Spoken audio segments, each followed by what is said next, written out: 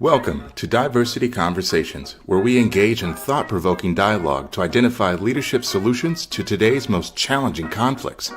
Streamed live each week, Saturday 9:30 a.m. to 11 a.m. Hosted by Diversity, Equity, and Inclusion Strategist and CEOs Eric Ellis and Tommy Lewis. Join us and add your voice to this engaging diversity conversation. Good morning, Greater Cincinnati, Northern Kentucky, the United States, and the world. My name is Eric Ellis, and I'm the president and CEO of Integrity Development Corporation. And I'm joined this morning by my good friend and brother, Tommy Lewis, president and CEO of Make It Plain Consulting. Good morning, Eric. Good morning, T. What's up, baby? What's up? Hey, it's another beautiful Saturday morning, Eric. Yes, sir. Yes, sir. 7 years, almost 8 years, we've been doing this Absolutely. every Saturday morning. Right. Our audience continues to grow globally. And thank you for those who always join us from the West Coast in the U.S., those who are joining us across the waters, and obviously our beloved and beautiful producer who's joining us from Monterrey, Mexico. You know, Lydia is a gem, is a real gem. So excited to be here again this morning. We have a guest, but how was your week this week? Tommy, I had a good week, man. I was where our guest is. I was in Philadelphia this week speaking at a leadership conference, future food industry conference. They've had me speak for the last 5 years. They have this week-long conference for up-and-coming executives in the food industry. And man, I was just excited to be there. There's a lot of young people that are looking forward to my session because their predecessors, peers, and bosses all said, when you get there, make sure that you get to Eric's session. So I was grateful to have that kind of response. I love the team that operates this conference. They're really top shelf, Tommy, real professional. I've met a good friend that was in the military as a brigadier general, who is now at Harvard and one of the speakers each year. And this year I also had a chance to make acquaintance with Michelle Mace Curran, who is a retired F-16 fighter pilot. Okay. A woman that just talked about all of her experiences, learning, feeling imposter syndrome, this notion of, really just not feeling like I'm the right person for this. Do I have what it takes to be this person? And just talking about her experiences, man, and the skill set that she had. She was a Thunderbird as well. Okay. And just really enjoyed learning. You know, Tommy, I don't just love going places to speak. I also love going places to learn. And they had an AI expert that was speaking on AI and a lot of new things that are on the horizon. And I decided, Tommy, to ask AI to analyze my thinking. I was like, hey, AI has, been listening to my questions for the last 3 years. Give me an analysis of the kind of thinker that I am. And it was interesting. I mean, AI sort of chat specifically bends towards empathy and positive kindness. And so it had a lot of kind things to say, but it also gave me some constructive feedback that was useful. It was so valuable that I said to myself, what is it about AI that's nailing this constructive feedback? I am open to that, but leaders are often not as open. And I'm wondering, is there an opportunity for AI to be able to sort of, lean in to help people sort of looking at what am I supposed to be doing in terms of my job? And then what are the things that I'm doing that are aligned with that? And what are some things that I'm doing that maybe aren't? So. Hey, Eric, if AI would have given you some feedback that you did not agree with, how do you argue with AI? I'm sorry. I'm probably losing my mind a little bit. That's the problem with AI. People start thinking they talk to real people. Because I will tell AI in a minute, that's wrong. What are you doing? I'm literally telling the computer, what are you doing? That's dumb. I've asked you 3 times. Now you keep giving me these things. I mean, cool now. Okay, so count me out. Before you know, I'll be telling this my best friend. Eat, come out the house. Sorry, I'm talking to chat. I gave it a name now, Jimmy. Jimmy and the boys. I haven't seen you in 6 months. Right. He's in there with the computer.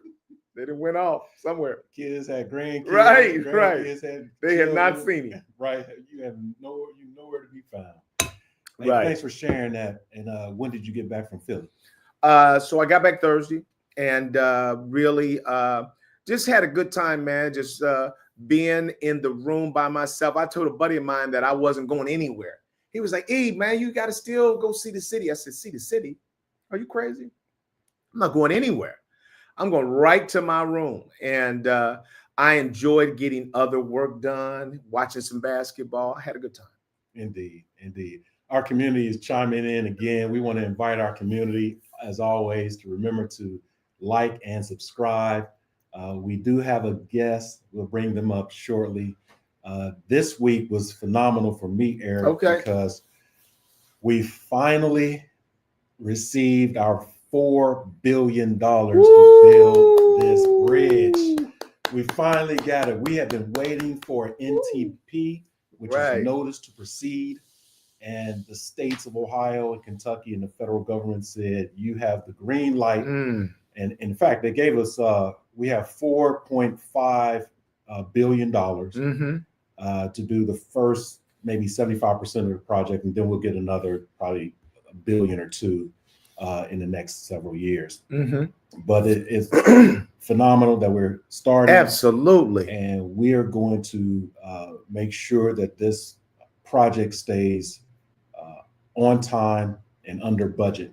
It is the third largest project in the country. We have the Francis Scott Key Bridge in Baltimore, and then another bridge as well, another byway, et cetera. But we're excited, man. We're excited. Well, talk just for a minute, Tommy, about what your role is with this project, and if there's anything that would be of interest to our community around your role, what it is you're trying to do. Absolutely.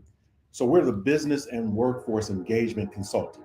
So we are responsible for identifying, vetting, processing all of the 250 some odd subcontractors. So we have a general contractor, they have subcontractors, the subs have subs, and the subs have subs. So we go down about 3 tiers. We're responsible for ensuring that all construction related subcontractors are certified, they meet all the criteria, et cetera. And then we have ancillary opportunities. These are folks who have daycares, they food trucks, they provide water, mechanics. So these are the other companies that will support the operation of building this highway, byway, and bridge. We're also responsible for identifying and attracting a little bit north than 1,000 workers a day. We need 1,000. And in this region, currently we have about 450 to 500 who are ready to go. We need 500 more workers. Knowing that over the length of the project, folks are going to retire, they're going to leave. So there's going to be some churn. We're going to lose about 10 or 15% each year in our labor pool. So we're just having to recycle that. So that's our job as well. Across this region of Ohio, Kentucky, and Indiana, and folks are coming from across the country as well. So we're excited about that. That's good, Tommy. I'm so glad to hear about your role. Community, there's some opportunities in this, and you just want to be aware that Tommy has this wonderfully responsible, powerful role. Do you have to have body armor in your role? It's already coming, boy. Dealing with the federal government, state governments, absolutely, right. Folks are showing up, and I'm certain that with our guest, with her expertise, not in specifically with construction, but really understanding organizations, people, and the kind of the ebbs and flows of the mindset of people. Absolutely, man. And right now, with the economy the way it is, this is going to still be a ride, isn't it? It is. Yeah. And so, T. Cooley, I know you might be awake on the West Coast. Tommy might need you. Yes, sir. Because of all the crazy folks that are out here. Tommy, you want to introduce our guest? I'm very, very excited to bring to the stage to have this conversation with Celeste Warren. Celeste is a thought leader, a diversity champion, speaker, consultant, leader. She is what we call every woman, a powerful spirit, right? We are connected in LinkedIn. I use LinkedIn as a professional network because it's changed over the years. Some Facebook stuff is up on there and got all the good stuff. But one thing before we turn over to Celeste and have her introduce herself, I had learned this a while ago, Eric. Someone had told me that it's not only what you know, it's who you know. Absolutely. I would take it a little bit further in today's world. And this is why I'm bringing this up, because of the connection with Celeste. I will say it's not just what you know or who you know, it's who returns your calls. Because we're getting a lot of asks to be a lot of places. And sometimes folks, they think they know you. Well, when they call me, if I don't know you, I'm not calling, I'm not tweeting back, I'm not even, nah, I'm control off the we don't know each I'm other. shutting it down. Right. But Celeste answered the call. So we want to welcome to the stage Celeste Warren. Good morning, good morning, good morning. Thank you for the invitation. And I love the energy, especially for a Saturday morning. Tommy, Eric, you guys are on fire. My goodness. Well, thank you. Thank you. We've been doing this forever. We love each other. And we have a lot of great guests just boo, boo, boo. Yes, indeed. Yes, indeed. How are you? I am doing well, doing very, very well. Thank you. I'm in my, just started my next chapter after almost 4 decades in working in global corporate organizations, and now on my own, solopreneur, loving it, loving the autonomy, loving the ability to make my own decisions, and really just living in my purpose right now. It's been wonderful. That is awesome. Well, Tommy and I have been doing that for decades, and we want to say welcome to the team. We are grateful for the space that we operate in on good days, bad days, when business is booming, when business is light. You're still in charge, and you have the opportunity to utilize every God-given gift that you have to think creatively about the kinds of things that you do, and you have firsthand knowledge of the needs that exist out there. And Tommy and I also are resources to you to be able to ask anything, money questions, billing questions, all that kind of stuff. We are both open books around that kind of thing, because we have found that, unfortunately, not enough people in the consultative space are willing to share with each other and collaborate with each other. Tommy Lewis and Eric Ellis, we love each other. We believe that the need out there is far greater than there are people like us that do this work. So you have found yourself two best friends in terms of business resources that are open for you. Well, I appreciate that, and I will take you up on it, because you are experienced and very successful. So I'm just starting my journey. So I appreciate the offer. Thank you. Absolutely. And Celeste, we do know that your time is precious this morning, and we respect that. But want to get into a little bit of, who you are, and then tie this into the work that you do, particularly, in the space that you're in right now, but also your journey to now. Yeah, people ask me a lot of times that, well, how did you get started? What made you pursue this path? And for me, it started when I was a little girl. I'm from Western Pennsylvania, so I grew up close to the Ohio state line. I was about 15 minutes from Youngstown, Ohio. So I know that, Western PA, about 45 minutes, hour from Pittsburgh.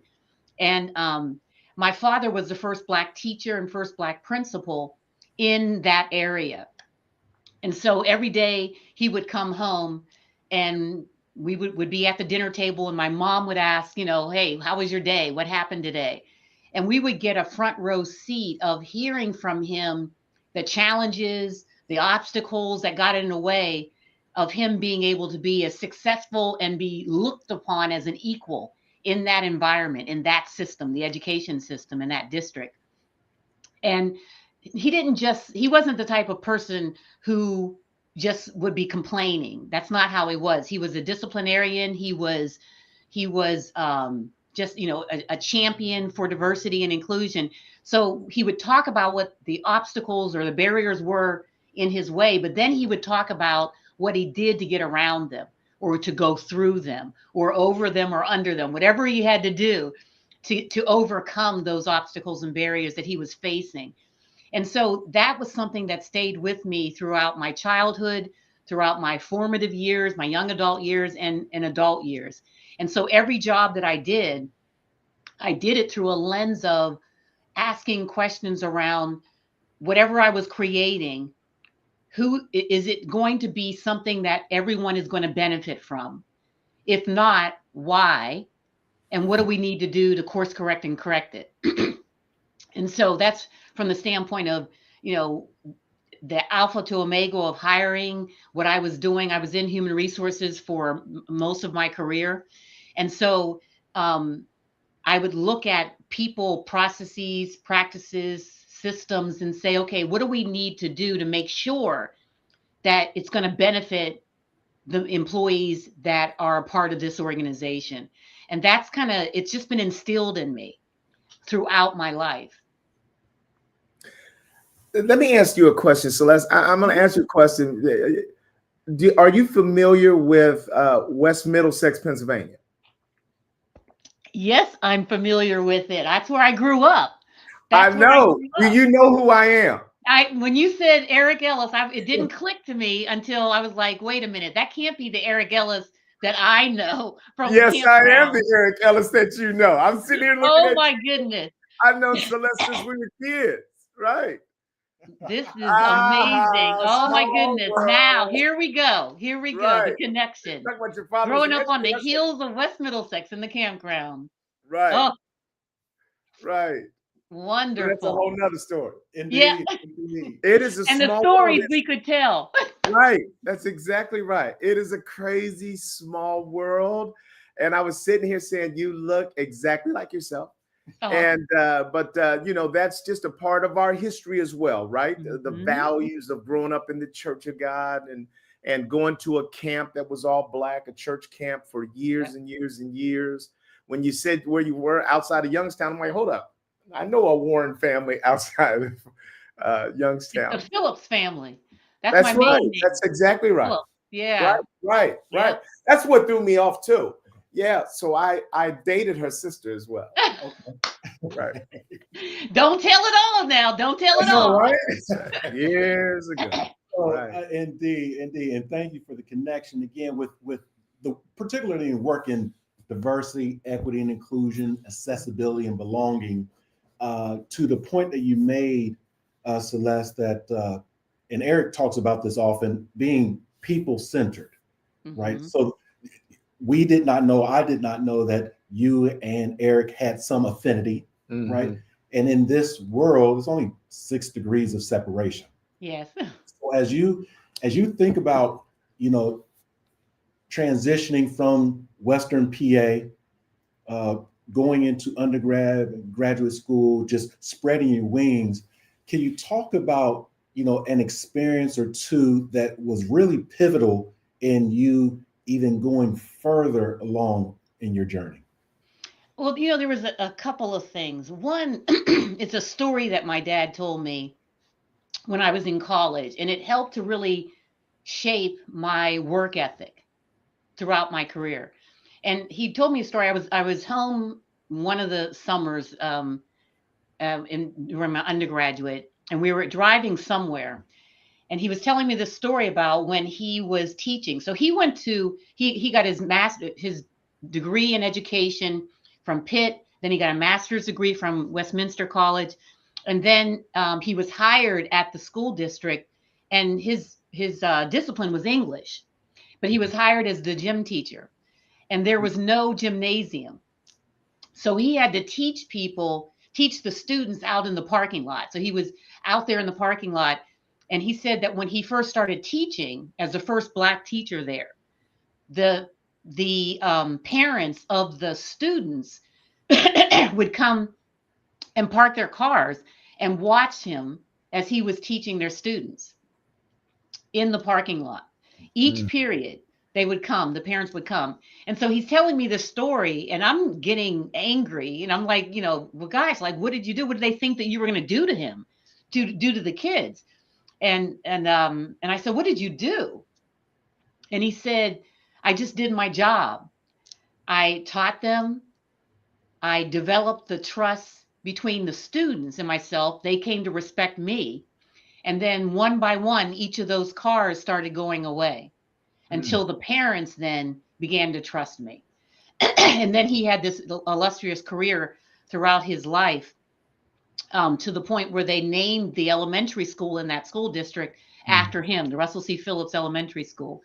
And so that stuck with me because for me, there are always going to be these people that are coming at you and trying to tear you down and talking behind your back and trying to sabotage you or don't believe in you and wondering why you're in the room and what you've got to do. There's always going to be that, especially in corporations.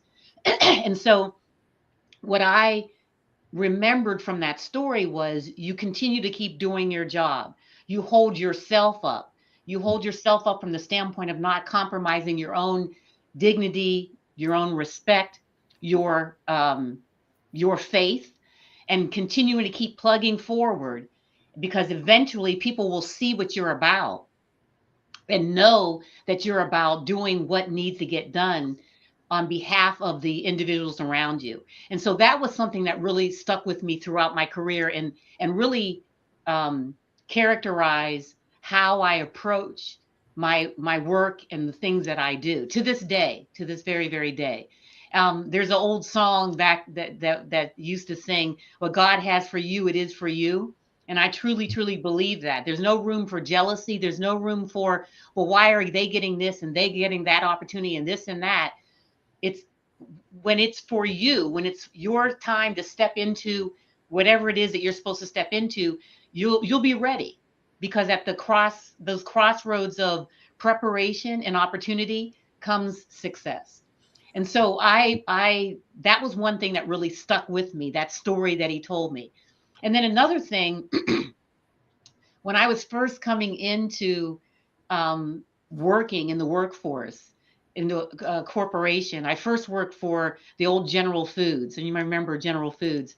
Oh yeah. Um, and I can remember having a conversation with someone who was working. I was working late one night, and this was in White Plains, New York, and um, in my little cubby hole. And the one of the janitors was walking by, and he was having a conversation with me. And I learned so much about the people in the organization that I was working in the department I was working in, about sort of the unwritten rules of engagement and all of these things. And I would actually each night before I went home, I would look for him, and I would learn from him and talk with him about it. And I'll never forget those conversations because he taught me so much. And in that respect, I learned that where you learn is not just necessarily the bosses or the bosses' bosses and all of that. You can learn things from everyone.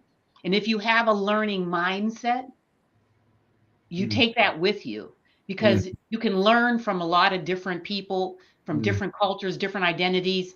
And if you close your mind off to that, then you're doing yourself a disservice.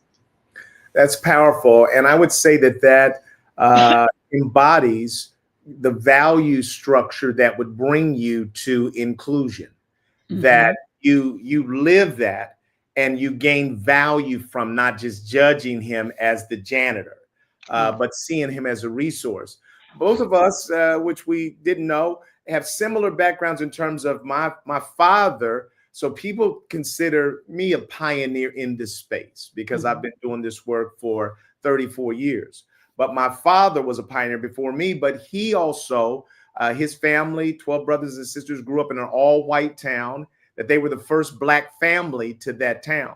and sharecropping 300 acres, but that's what set him on the road to diversity and inclusion. And I see that you have that same sort of, your family was breaking through. They were pioneers in a community, and so it gave you some natural lessons around diversity, equity, inclusion.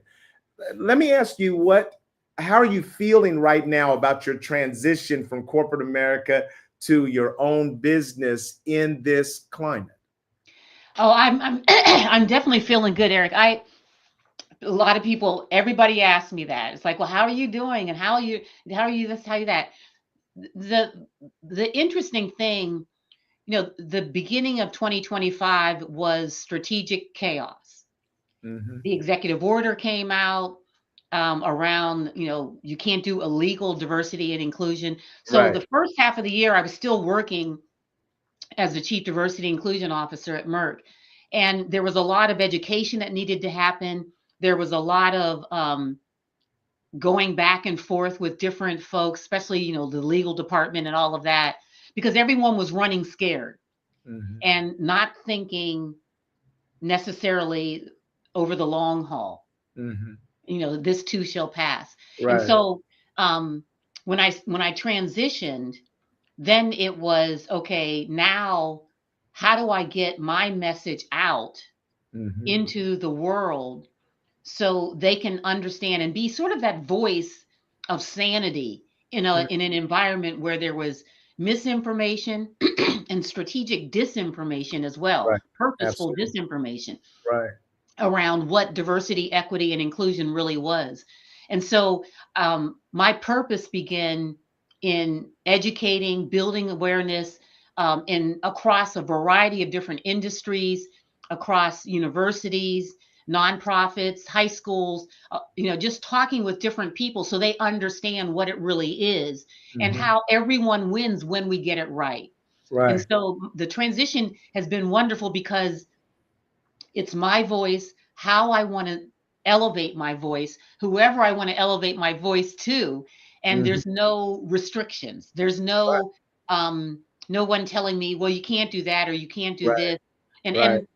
I had a lot of autonomy compared to some of my peers in other companies that had the same role. Absolutely. Um, Absolutely. because I was blessed to have been in that role for over 10 years. So I had a lot of trust with the leaders in the C-suite, leaders, the CEO at the time. And so they knew I wasn't going to do anything that was going to cause harm to the organization. But even with that autonomy, it's you still are stifled because you're an agent of that organization.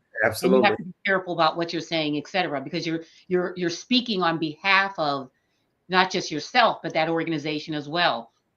So when I transitioned into this entrepreneurship, it was about my voice, my organization, speaking my truth, the way I want to speak it, to who I want to speak it, and it's just been, I tell you, it's been releasing, free, and it's so wonderful to walk in your purpose. Yeah. So very, very wonderful. People, they'll say, "Oh, are you keeping busy?" And I said, well, when you're doing something that you love, it doesn't feel like being busy. You're walking in your purpose. And Right. that's really, really important for me. That's awesome. That is beautiful. Mm-hmm. As you were speaking, I was reminded of the opportunity I went to in 2004. It was the Chief Diversity Officer Summit with Janetta B. Cole Mm, down in Greensboro, North Carolina. She was hosting this every year for the top 500 or 1,000 CDOs, Chief mhm, Diversity Officers from across the world, if not across the nation. And I remember at the time, I think the moniker was just diversity or diversity and inclusion. That's what it mhm, was, the offices. mhm, And in one of the sessions, I shared with some other folks that shared the same sentiment. I was asking the question, where are we going? hmm, So if it's from affirmative action to diversity to equity or inclusion, equity, belonging, assessment. I was just very curious, not to be snarky, just like, mhm, long term, like you said, looking long term, 10, 15, 20 years, where are we going? If you would, just for a moment, if we're landing on the topic of equity, Hmm. would you share with us what is the truth about equity? Sure, sure. And let me preface it by saying, that journey of where are we going, that was the right question to be asking too, especially back then. So kudos for you for asking it. When I first got in the role, um, like I said, it was around 11 years ago. We looked at it very myopically, very about representation, butts in seats. How many this do we have? How many women do we have? How many black folks do we have? How many Asians do we have? And it was all about counting people. And we had to evolve to a place where we weren't just counting people, but we were making people count. Yes. And that was really how, when I first got in the role, it was about, I want to call my organization a center of excellence, because I don't want us to be limited to people understanding diversity, equity, and inclusion from a people standpoint. And that's the foundational element. You want to make sure you have the diversity in the workforce. But I wanted people to understand that you have to think about it from a cultural standpoint, an organizational standpoint, and a business standpoint. Mhm. And so I purposely called it a global center of excellence, diversity, inclusion, center of excellence. And so it was, people, even people that were, I call them my diversity ambassadors, that were passionate around diversity and inclusion, they still didn't understand equity. It was sort of this enigma wrapped in a question mark. And so the way that I like to explain it, when you think about diversity, equity, and inclusion, it's just differences in people, those you can see and those you can't see.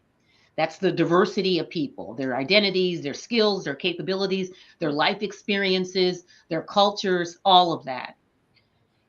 Inclusion is, how do I leverage all of those differences and all of those people and get them to a collective purpose? And for an organization, that's the mission or vision of that organization, the purpose of that organization. So you surround them with a culture of inclusion so they have a sense of belonging, of feeling valued for what they bring to the organization, that you're leveraging their skills, their capabilities, their life experiences to get to that collective purpose. So you surround them with a culture of inclusion. Equity comes in, those are the acts that you put in place to get those individuals who are all coming from different places, different starting lines. You have to make sure you understand those different starting lines, understand those people, and put the acts of equity in place to get them to that collective purpose. So equity is about, I use in my book the fence and the rock analogy. You've seen that illustration where the first illustration, they're all standing next to a fence, three individuals, and they're all standing on one rock, and the person on the right can't see over the fence, person in the middle can barely see, person on the left can clearly see over the fence. Then you get to the second illustration, the person on the right has two more rocks, the person in the middle has additional rock, and they can now see over the fence. Those rocks are acts of equity. So you can make sure that people have access to opportunities. Mhm. But what's happening now, in it's been really happening over the last few years, especially, the person that was on one rock in the first illustration and on one rock in the second illustration, well, they're looking to their right and they're saying, well, how come they have three rocks and they have two rocks and I only have one? Right. And they don't see the fence in front of them. And in Right. my analogy, the fence represents all of those isms, racism, sexism, homophobia, all of those different isms that didn't crop up overnight, are going to take a longer term strategy to try to dismantle, because you're trying to dismantle them from institutions, from systems, Mhm. and move those biases out. And so we have to do equity, the rocks of equity in the midterm and short term, but we also have to tear down that fence, that which takes a longer time. And we also too need to go back to that individual that's standing on one rock, that's asking all of these questions because they're just oblivious to the fence in front of them. They don't know how it manifests itself to his colleagues to the right. They don't know how those isms manifest themselves in the organization, the marginalization, the being put down, the talking over in meetings, the marketing and sales strategies that don't meet all of the customer needs. All of these things they don't see because they've always been able to see over the fence. And some people would call it privilege. So we have to have that conversation with that individual, and not that it's our job to just educate, but it's our job to provide, excuse me, provide them with the resources so they can educate themselves. So making sure that they understand that that fence is there. This is how it manifests itself to your colleagues. And oh, by the way, we need you to be an active ally. And by active, we want you to get in the boat, grab an oar, and help us to row up the river. Right. And that's what the work that needs to be done in diversity, equity, and inclusion. We can't just put the acts of equity in place. We have to tear down the fence. We have to have these a lot of times difficult conversations with people who haven't necessarily embraced it as of yet, because we're not going to be successful if we are just talking in an echo chamber. We have to get more people that Right. are going to readily be able to help us move this agenda forward so we can have sustained change and truly tear down that fence. Because the last illustration, the fence is torn down, the rocks aren't there, and everyone can see the mountains ahead. The person on that was standing on one rock in both the first two illustrations, even their aperture has been widened, because when the fence is torn down, they're benefiting because it's like, wow, I can see the bottom of the trees now. I can see all of these things that I couldn't see before because I just didn't notice it. Let me ask you this. Let me ask you this, Celeste. My concern is whether or not education can in fact get us there. And I'm one who's big on educating. We've had 50 to 70 years to educate people in corporate America around this reality. Yep. And what we've gotten for that is, in the last, I think last year, it was white people in this country that feel more discriminated against than any other group. And so that's shocking. And part of my view is that we have to help people get there through their own pain. That people don't, I've told the story about my kids at Christmas time would be pushing us down the street, down the steps at 1201. It's Christmas. And they tear open their Christmas gifts. But once they put their pile in front of them, they looked around to see what everybody else got. Yeah. I'll never forget when my boys, I got 3 boys and a daughter, when they saw my daughter got the Easy Bake Oven, they said, she's mom and dad's favorite. They got her an Easy Bake Oven. It cooks real cakes.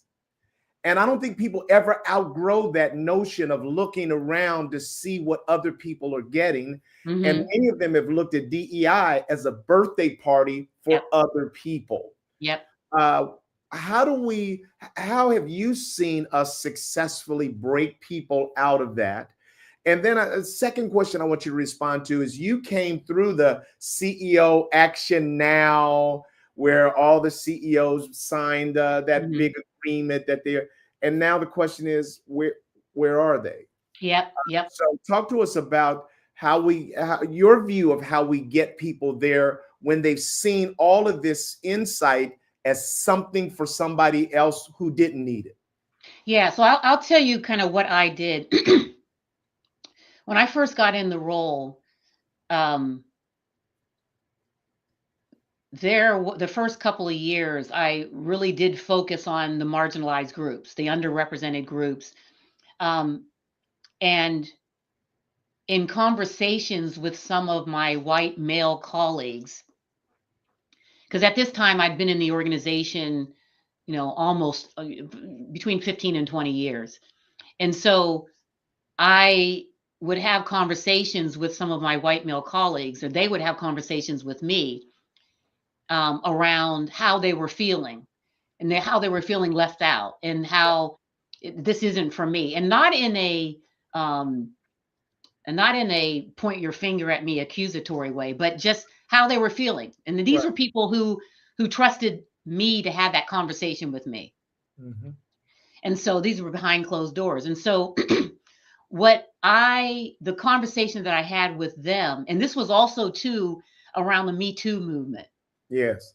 Okay, Yes. you remember the Me Too Oh movement. yeah. And Absolutely. there was a fear especially with white men, a Yeah. fear. They were talking about how they weren't they were afraid to mentor women anymore Right. and all of this Yeah. other stuff. Yeah. So Yeah. there was more of an opening up, if you will, privately among some of my white male colleagues. And so the conversations that I had with them, I was able to meet them where they were Mm-hmm. to have the conversation because whether that be fear, as some of them felt in the Me Too movement, whether that be I feel left behind in earlier diversity and inclusion movements and strategies, you need to find out what is it that's going on with them that they aren't embracing it.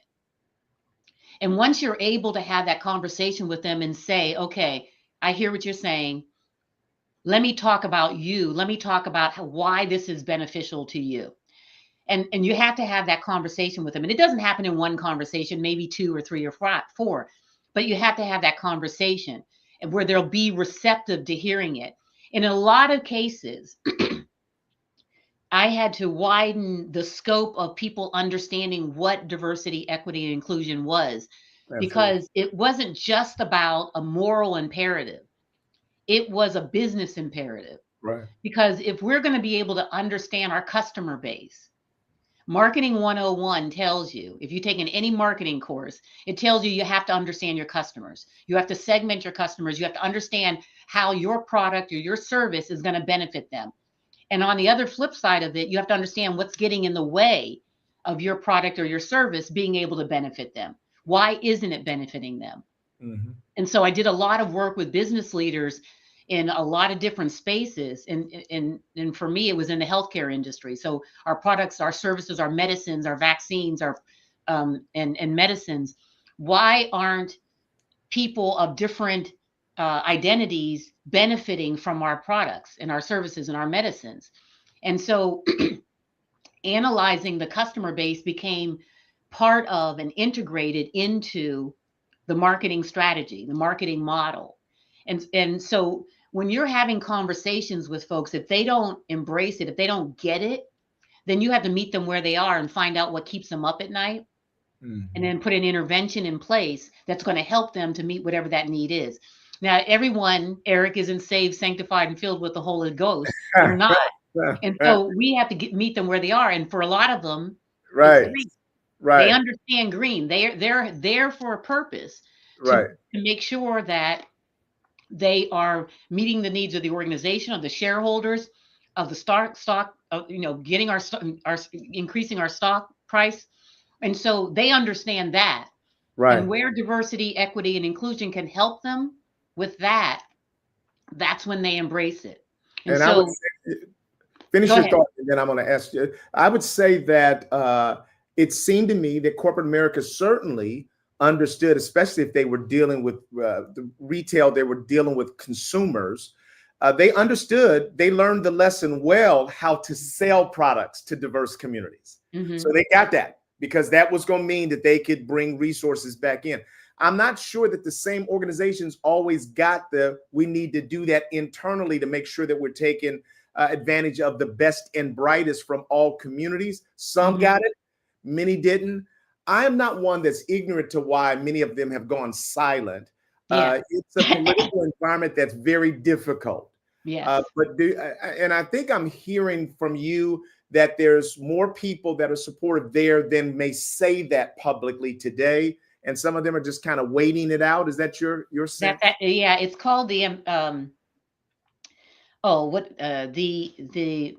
the model that people are using right now is, how do I make sure that I can still do this work, because I know it's critical to the success of my organization, the success of my culture, success of my workplace. How do I make sure I'm still doing this work, but I'm not in the bullseye of Right. this administration? Exactly. Because many companies, much of their US, if they're a global company, much of their US revenue is from the federal government.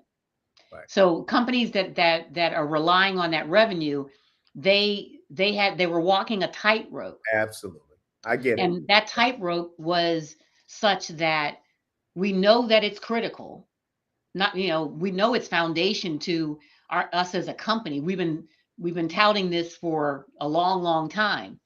And so now that, we have this administration, we have to now say, how do we continue to do the work, but stay out of the crosshairs of this administration? Because Right. we can't jeopardize, because think about it, if you jeopardize, for some, half of their US revenue, depending on the industry and depending on the company, comes from the federal government. Yeah. If you lose that revenue, you're having to have to lay off hundreds, thousands of your employees, and you can't get that back. Right. And so, I understand the tightrope that a lot of companies are on. I was part of that, but we still had to continue the work. We Right. still had to continue doing the work. That was critically important, because in times as this, people are going to remember what you did during Yep. this time. Yep. People are going to remember the type of leader you were. They're going to Right. remember the type of organization that you were. And when this passes, and it is going to pass, because history has taught us that the pendulum swings back and forth. Right. In a time of large social activism, civil rights movement, the Me Too movement, all of these different things, in 2020 and the murder of George Floyd and Breonna Taylor, the pendulum swings to, in years after that, a conservative sort of stance. Right. But then the pendulum swings back. Now, ideally, we'd like the pendulum to just stay in the middle. But Right. history has told us that that's Right. how it swings. It swings back and forth and back and forth. And so this too is going to pass. But people are going to remember now how you acted during this time, what you did, what you said, what type of leader you were, what type of organization you were, what did you stand for? And they're going to remember that. So when times start to swing back, they won't forget. And it's hard as an organization when you lose customers, and Target will tell you this. When you Right. lose customers, it's hard to get them back. It's hard to get that credibility back. And it's the same thing within your employee base. You lose the credibility of your employees, it's hard to get that back. Right. And people may be job hugging now because of the economy, but the economy is going to change. It always changes. And people will vote with their feet and they'll leave organizations because the values that they have do not match the values of the organization. And I'll tell you, also, Generation Z and Generation Alpha that are Right. coming up. You said you have kids that are in those generations. I do too. They're more wired now to go to an organization if they choose to go to an organization, because they Absolutely. have lots of opportunities now. There's roles in different careers that didn't even exist 5, 10, 15 years ago. Absolutely. Right. And that's going to continue to be the face. Who heard of a what do you call it? Influencer? We didn't hear Right. about that back in the Right. day. Right. So The whole gig economy, they've got everything they need to do everything they want. absolutely, Right. absolutely. So they have choices now. Right. And if they decide they want to come to an organization, they want to come to an organization that has the same values and belief system that they do.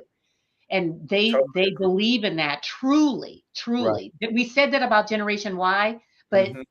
this Generation Z and Generation Alpha coming after them, they truly, truly believe that. And they have choices now.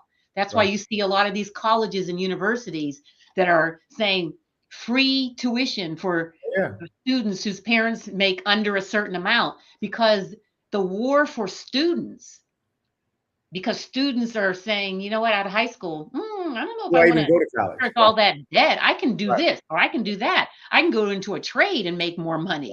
Mhm. I read an article that plumbers are making more than most lawyers now, and lawyers have all of this debt.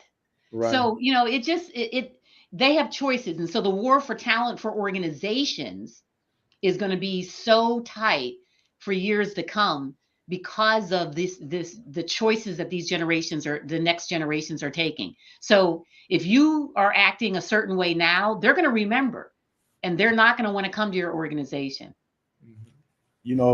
This conversation is tremendously rich for me, Eric. I know it is for you.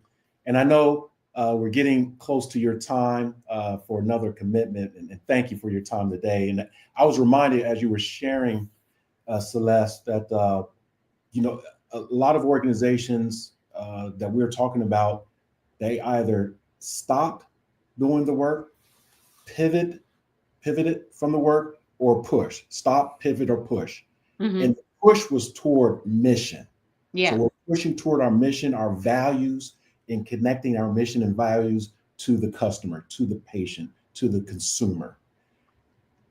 I have a question around those who are in the work. Sure, the words may have changed, but the work continues. There's some psychological impact of the dismantling of the words and the work Right. for human beings Right. that were championing Right. the work. That's a good And question. so, like COVID, we have a whole generation of students who were in school during COVID, and there's that loss of whatever during COVID. The focus away from the human kind of connection with people, being in brick and mortar, Yeah. to looking at a dot on the screen, and we're seeing that COVID loss or deficit. Hmm. My question is, for those like you and Eric, myself, maybe even those who are still in their organizations, right? How do we become whole again and sane? Because we are impacted by what's happened and what has happened in the past. Well, I tell you, I've had a lot of conversations with colleagues that are still in organizations, still doing this body of work. And I tell them, you have to take time for yourself. Good counsel. Self-care is so critically important, so very, very important. If you don't take time for yourself to really sort of center yourself, however you do it, whether that's, meditation, prayer, watching movies, taking naps, whatever it is, working out, but you have to take that time for yourself. And because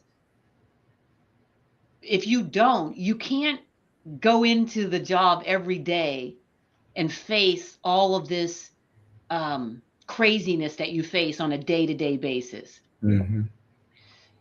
For me, throughout the 10 years that I was in the role, it was the most tumultuous time for chief diversity and inclusion officers. We're talking Trayvon Martin. We're talking about xenophobia.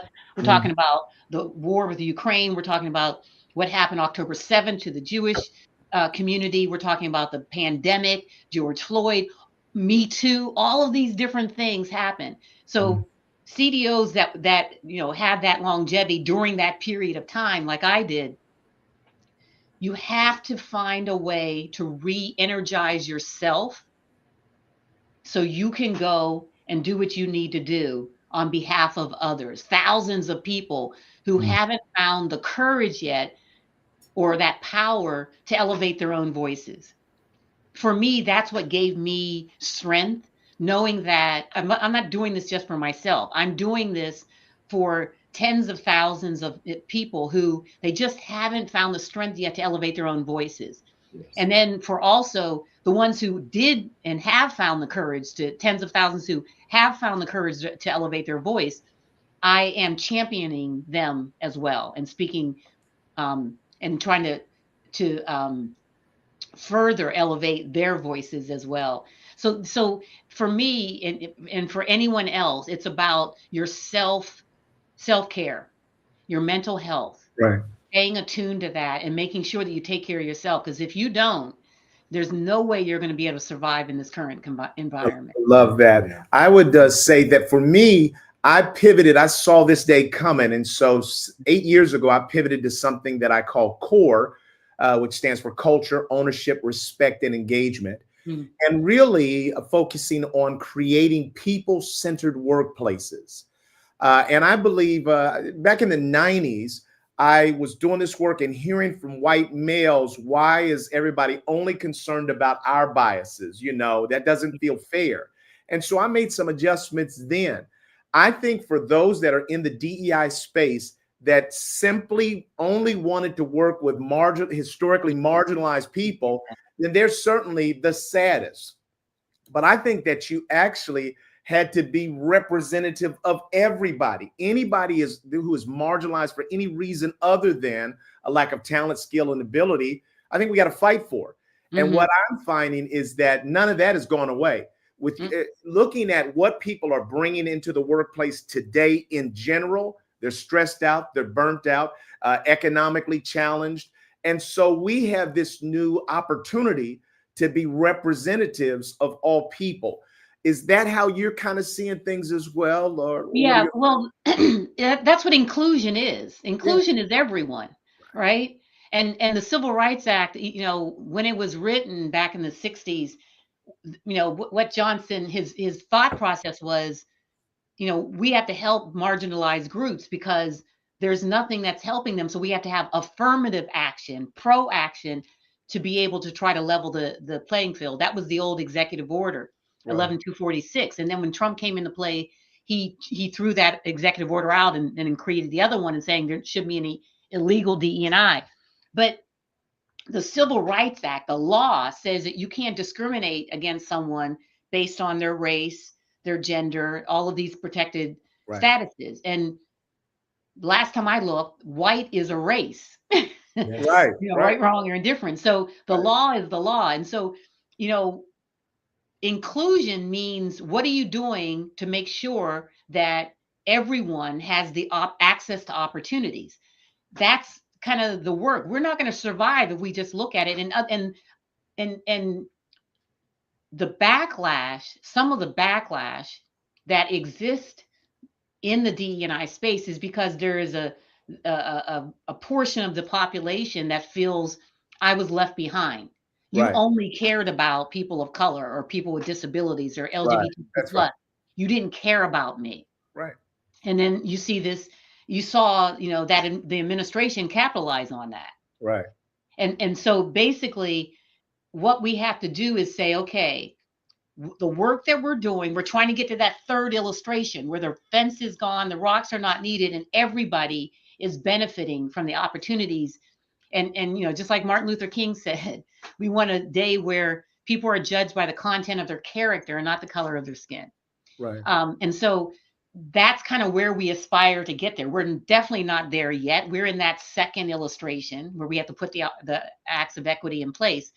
But if we try to help people to understand that we're trying to get to that third illustration where everyone is going to benefit, but we got to do it right. We got to do everything that I talked about, tear down the fence, put the rocks of equity in place, and also have these tough conversations and dialogue with people. Let me ask you one last question. I'm going to turn it to Tommy. Yeah. My view also, Celeste, is that oftentimes we have, as people of color, we have looked at the government, we have looked at institutions to save us in many ways. And I don't think that we fully trust each other very well.